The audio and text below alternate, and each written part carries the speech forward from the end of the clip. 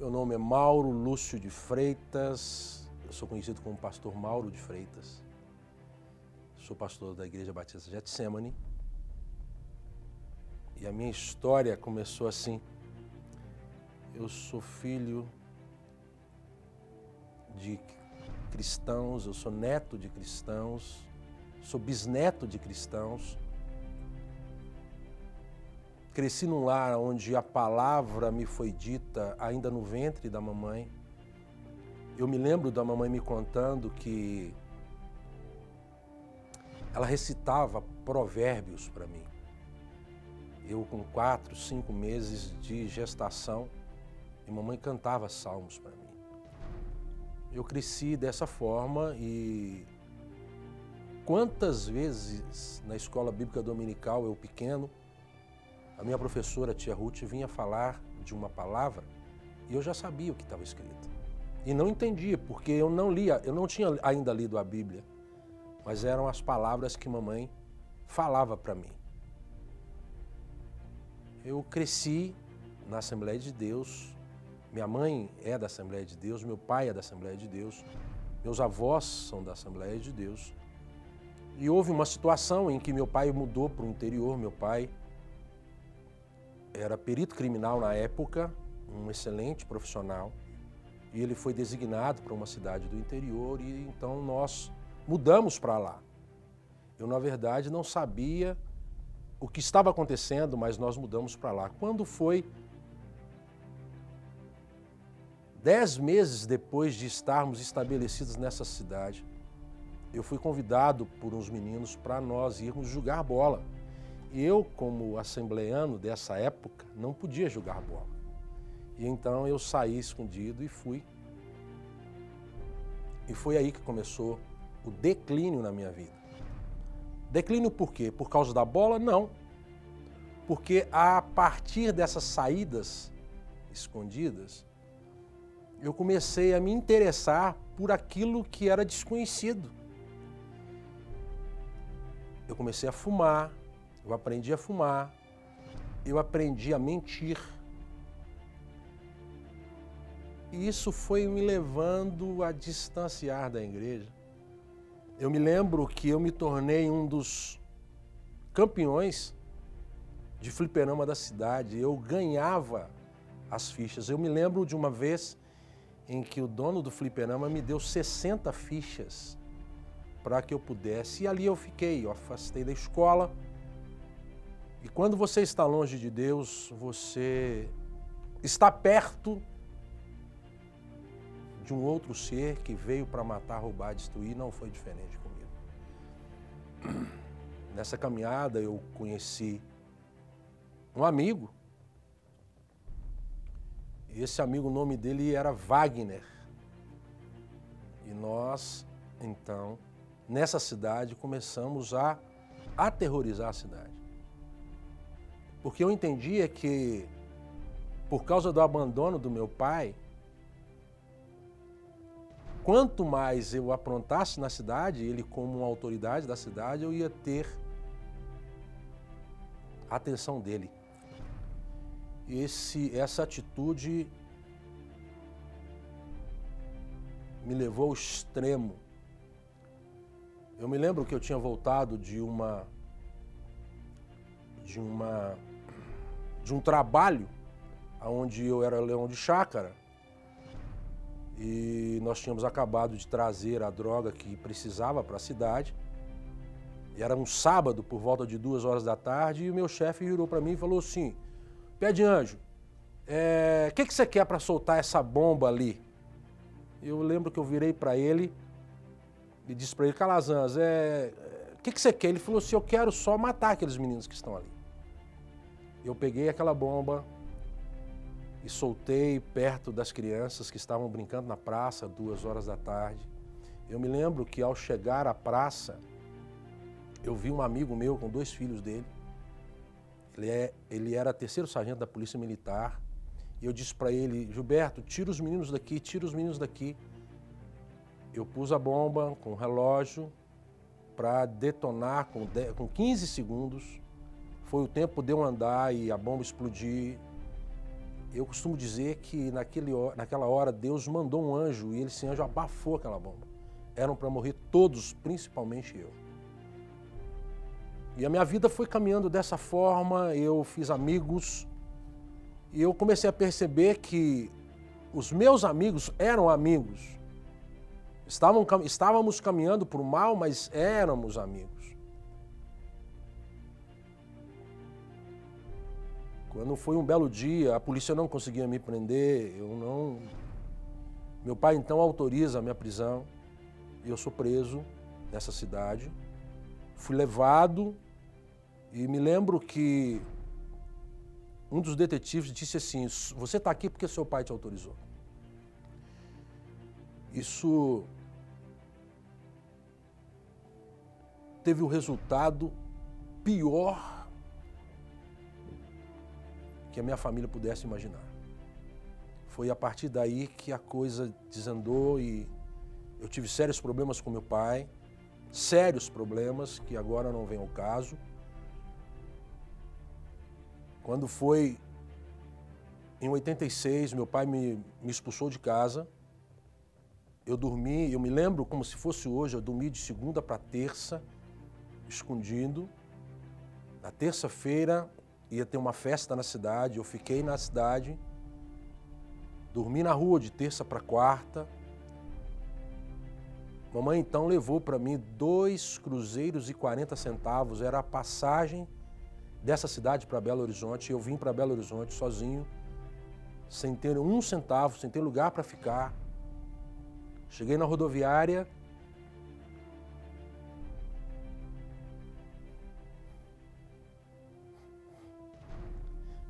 eu olhava para a vidraça e via pastéis assados, fritos, e não tinha dinheiro para comer. Eu fiquei parado ali olhando. Chegou um moço e me perguntou o que eu estava fazendo ali. Eu falei com ele que tinha 3 dias que eu não comia, se ele podia comprar um pastel para mim. E esse homem que eu não conheço me fez assentar e disse para a balconista assim, deixa ele comer quantos pastéis quiser, traz uma jarra de suco de laranja. E ali foi a minha primeira alimentação em Belo Horizonte.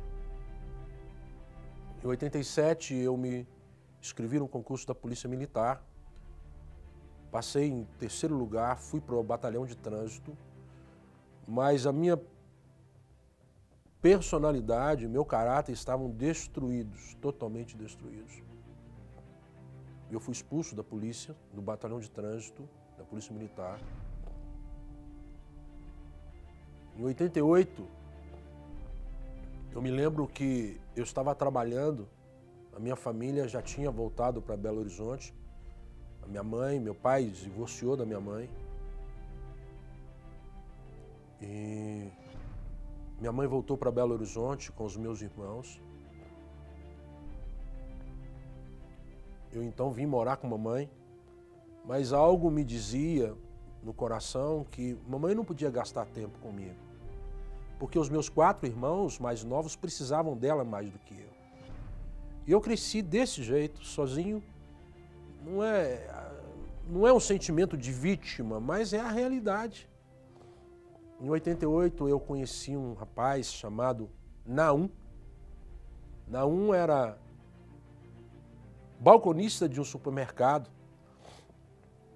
Eu não sei se você conhece, Naum era baterista do pastor Marquinho, mas eu não sabia. Naum então me chamou para que me fez um convite para que eu fosse à igreja. E eu disse para o Naum o seguinte, Naum, eu só vou à igreja se você deixar eu ir do jeito que eu quero ir. Ele falou, do jeito que você quiser, é ensaio mesmo. Eu me lembro que os 2 primeiros anos eu me drogava e junto com a prostituta que morava comigo, nós íamos para a igreja ensaiar. Eu comecei então a ensaiar na banda da igreja. E eu não entendia por que o Naum não deixava eu tocar. Eu só ensaiava. E essa foi a ferramenta que Deus usou para que eu pudesse estar voltando ao Evangelho.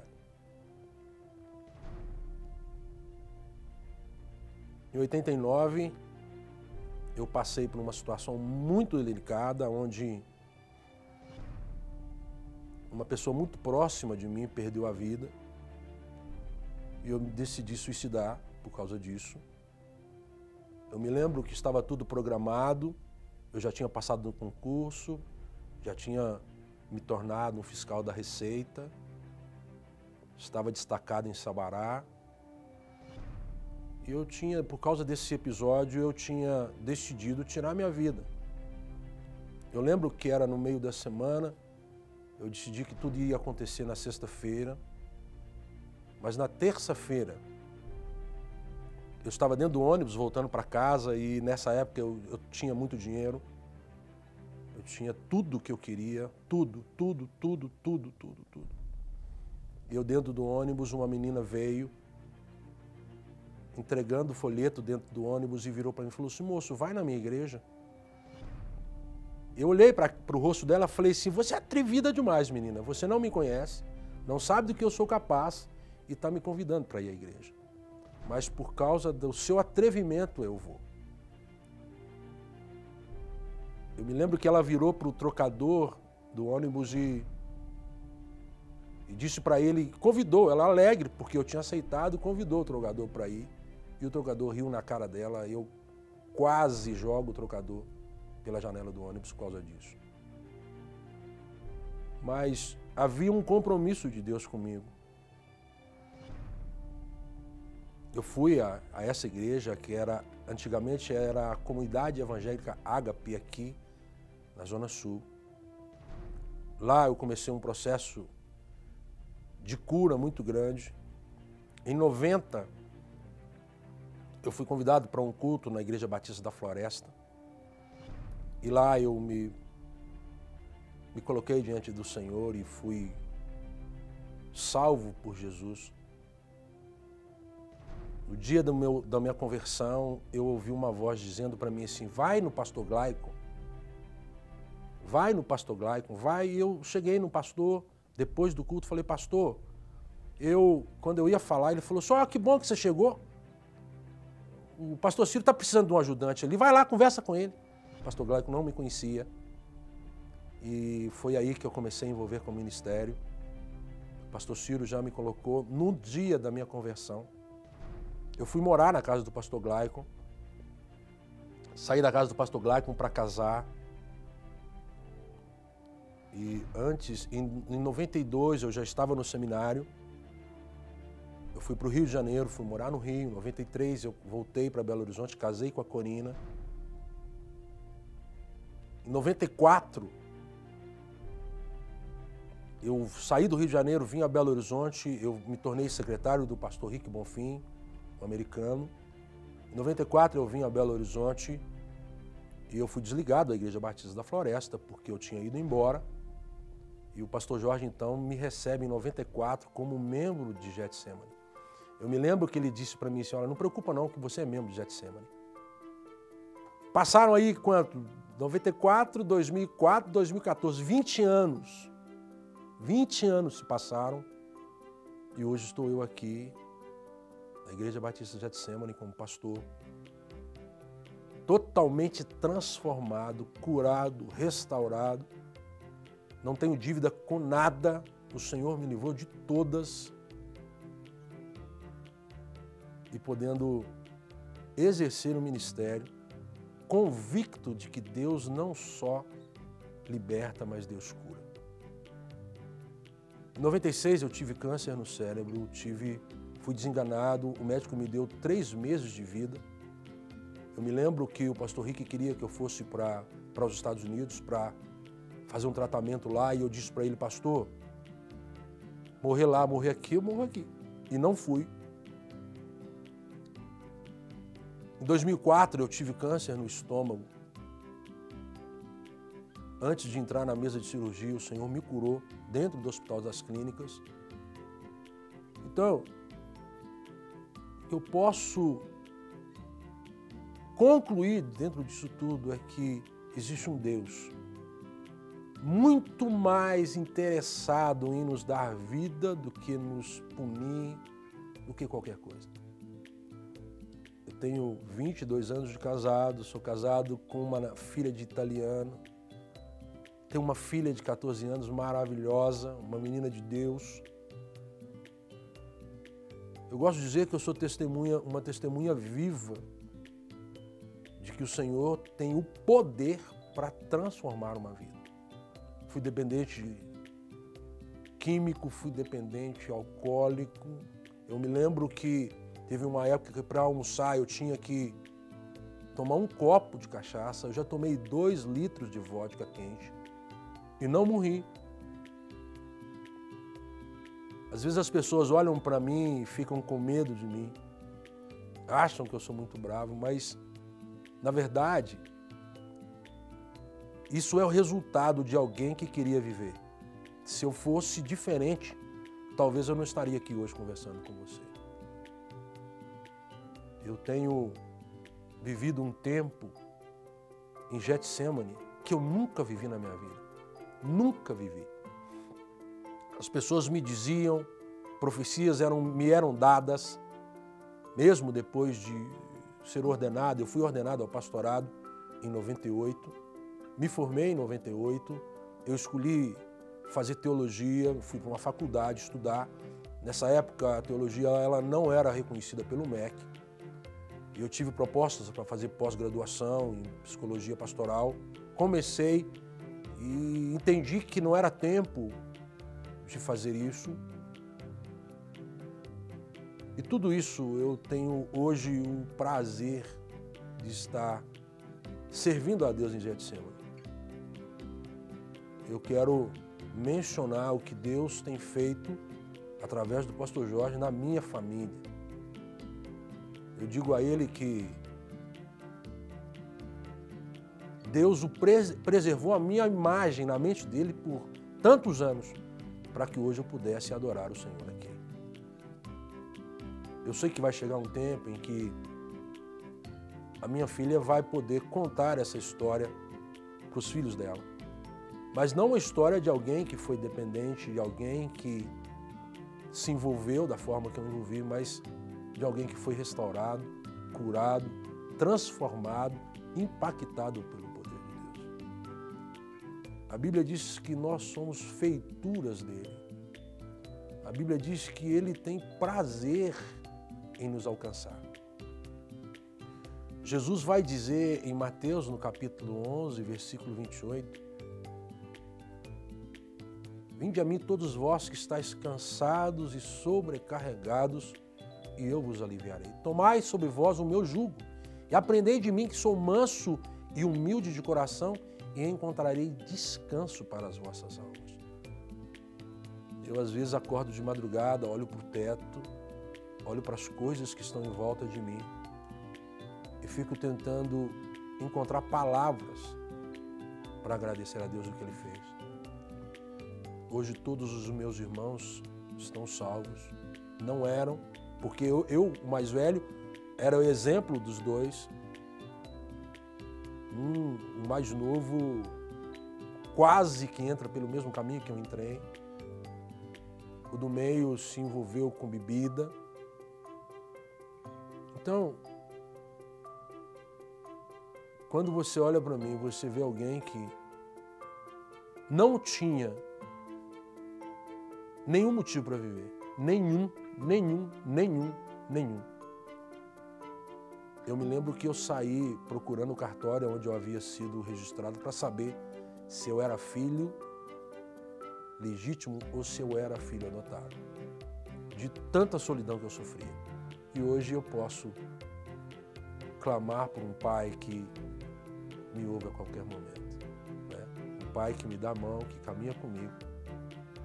E esse não é outro senão o Deus Todo-Poderoso que está no céu. E a Bíblia diz que a orla das suas vestes tocam o templo. Isso é o que eu tenho vivido, sabendo que o Senhor, Ele é infinitamente mais. O profeta vai dizer que aquele que começou a boa obra há de concluir em vós. O profeta vai declarar que a palavra do Senhor, quando sai da boca dele, ela não retorna para ele sem antes fazer aquilo que ele ordenou para que fosse feito. Eu sou a concretização dessa palavra.